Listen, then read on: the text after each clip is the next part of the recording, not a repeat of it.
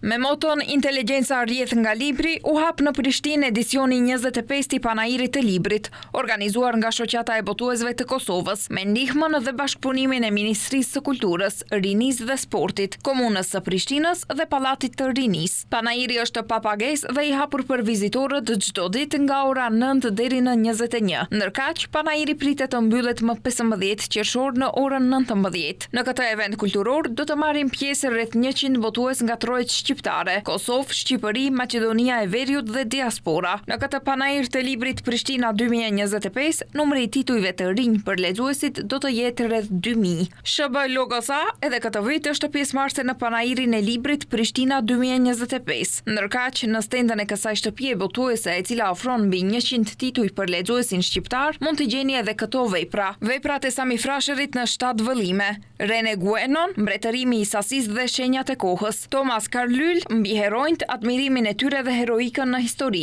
C.S. Lewis, shfuqizimi i njeriut, Branislav Nushić, pranë brigjeve të liçenit të Ohrit, Hamude Abdulati, struktura familjare në Islam, Enes Karić, si të lexohet Kurani në 3 vëllime, Milazim Krasniqi, a do të rehabilitohen shqiptarët.